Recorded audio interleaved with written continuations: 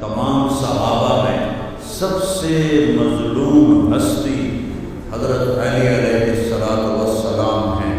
سب سے مظلوم کہ جن کی اولاد جن کو میرے نبی نے کہا میری آنکھوں کی ٹھنڈک حسن اور حسین، اللہ تو کوئی نہ دکھ نہ دے کوئی نہ تکلیف نہ دے۔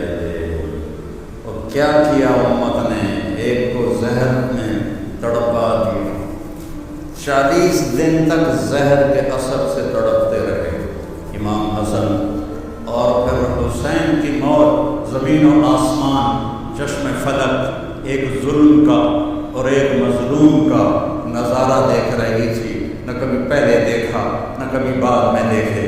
شاید سورج بھی رو رہا ہوگا اور آسمان بھی رو رہا ہوگا، اور کربلا کی مٹی کا ذرہ ذرہ رو رہا ہوگا جس پر میرے نبی کے نواسے کا خون گر رہا تھا۔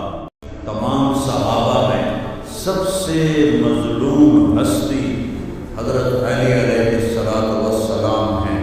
سب سے مظلوم کہ جن کی اولاد جن کو میرے نبی نے کہا میری آنکھوں کی ٹھنڈک حسن اور حسین، اللہ تو کوئی نہ دکھ نہ دے کوئی نہ تکلیف نہ دے۔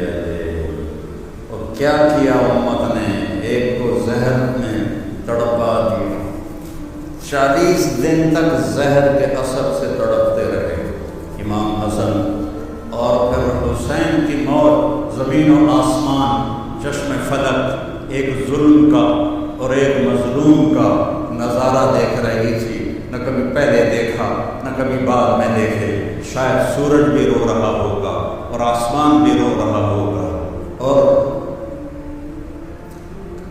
کربلا کی مٹی کا ذرہ ذرہ رو رہا ہوگا جس پر میرے نبی کے نواسے کا خون گر رہا تھا۔